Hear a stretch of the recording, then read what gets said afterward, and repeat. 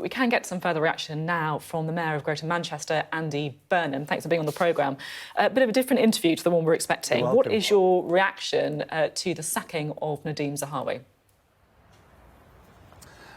Well, my kind of first reaction, Sophie, is that the government really must learn lessons from this situation. This conclusion has felt inevitable, hasn't it, for a long time, and yet it's been allowed to dominate pretty much most of January, when there is probably the worst crisis in the National Health Service that I can remember, and also we've got collapsing public transport around the country. People can't get to work, and attention should have been on those issues, absolutely those issues, because they're critical for millions of people, and yet the airwaves have been taken up with this. And the government has to learn a lesson from this. This should have been dealt with much more quickly.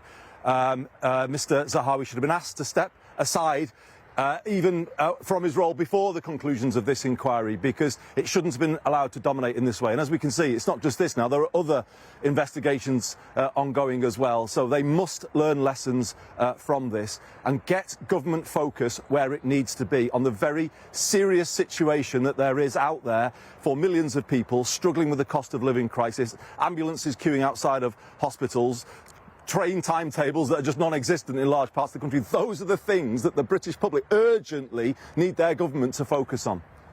There's been a lot of pressure on Rishi Sunak over this, not least because his first speech as Prime Minister, he pledged to lead a government of integrity, professionalism and accountability.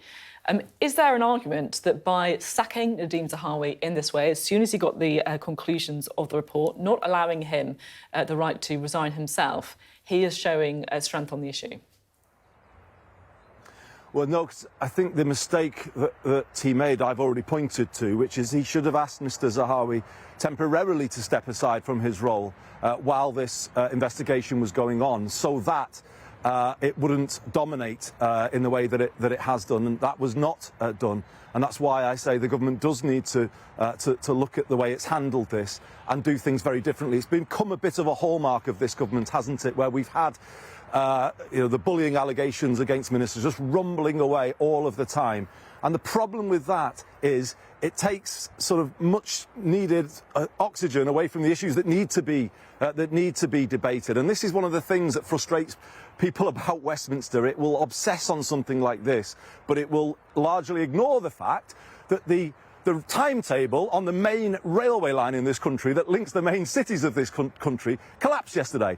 Thousands and thousands of people had their weekend plans literally torn up by Avanti West Coast. And yet where is that? Who is debating that? Who is speaking up for those people in the media? Well, I'm trying to, and I came on today to try and do that for them. And yet we're talking about this, you know, a kind of a Westminster concocted mess, basically, which they should have dealt with much earlier, and that, I think, brings out a lot of what's wrong with this country at the moment, and a lot of what is really frustrating people. People are genuinely struggling to get to work, to live their lives, to pay the bills, and they don't see that fully reflected in what's going on in Westminster and what is then debated in the media.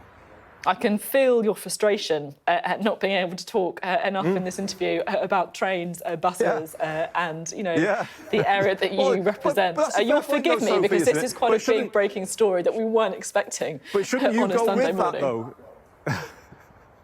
But shouldn't you go with that? Because is it right that we obsess on this? The Prime Minister's made his decision. He made it too late.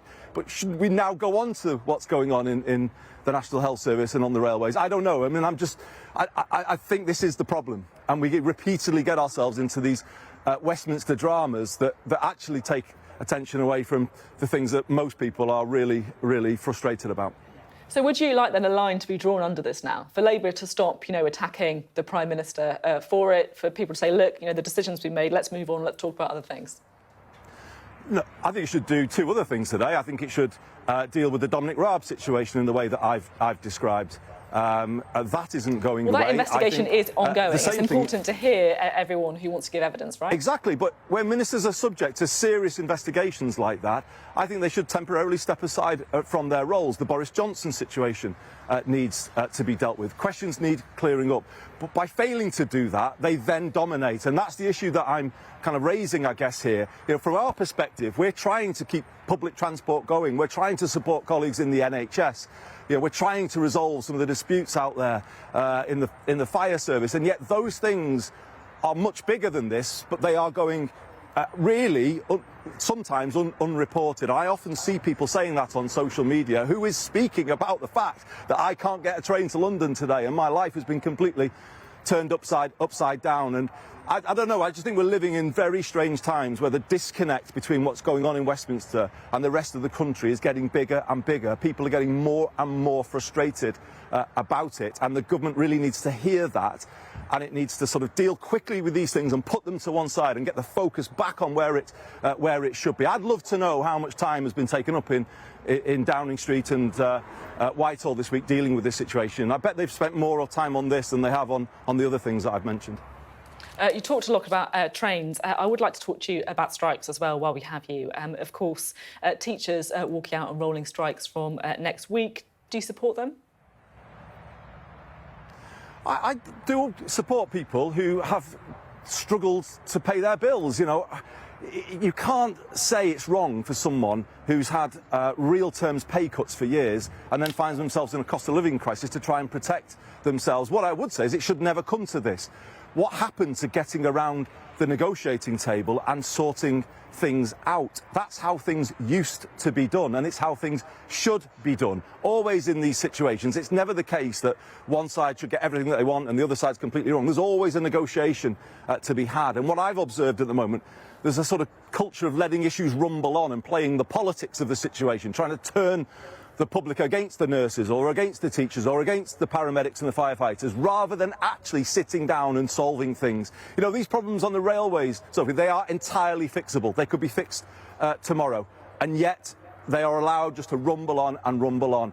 And that's what I mean about government really starting to get a grip and focusing on things that matter to people and not allowing just these multiple disputes to continue. You can't blame people who've had real terms pay cuts for years, who then find themselves in a cost of living crisis. You can't just expect them to keep going to work and sit there as their problems at home mount up. How can they kind of give all of their attention to our kids in the classroom if they're worried about what's going on with their rent and their ability to keep their home? I mean, it's just basic, isn't it? You've got to help people in a time like this. You've got to talk to people. And I, as a minister, I'm not just saying this sort of like, you know, so I wouldn't do it myself. I do it myself. I am talking to our firefighters. We are trying to resolve issues here.